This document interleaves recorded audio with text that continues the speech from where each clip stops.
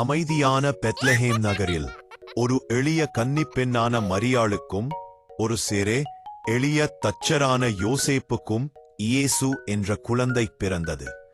இது சாதாரண பிறப்பு அல்ல. தீர்க்கதரிசிகள் அவரை வருகையை முன்னறிவித்து அவரை மனித குலத்திற்கு நம்பிக்கை மற்றும் ஒளியின் கலங்கரை விளக்கான மேசியா என்று அறிவித்தனர். ஏரோது மன்னல் தனது சிம்மாசனம் ஆபத்தில் இருப்பதாக உணர்ந்தார், அல்லது அப்பாவி குழந்தைகளை கொடூரமாக படுகொலை செய்ய தடுத்தார். யோசேப்பு குழந்தை இயேசுவுடன் எகிப்துக்கு தப்பி ஓடினார். ஒரு சிறுவனாக இயேசு ஏற்கனவே ஒரு அமானுஷ்ய ஞானத்தை காட்டினார். வெறும் 12 வயதிலே அவர் கோயில் அறிஞர்களுடன் வேதவசனங்களை விவாதித்தார், அவர்களை எல்லாவற்றிலும் விட்டுவிட்டார். அமத்தி வயதில்தான் அவர் தனது மாற்றத்தை ஏற்படுத்தும் பொது ஊழியத்தை தொடங்கினார். மீனவர் முதல் வரி வசூலிப்பவர்கள் வரை 12 மாறுபட்ட சீடர்களை தத்ததனர் தேர்ந்தெடுத்தார். வரலாற்றின் போக்கை மாற்றும் ஒரு பணிக்காக அவர் செய்த அற்புதங்கள் பிரமிக்க வைக்கும்.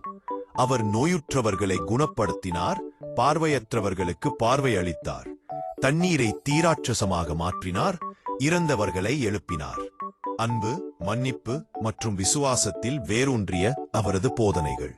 அவர் உவமைகளில் பேசினார், ஆழமான உண்மைகளை வெளிப்படுத்த எளிய கதைகளை பயன்படுத்தி தெய்வீகத்தை தொடர்புபடுத்தக்கூடியதாக மாற்றினார்.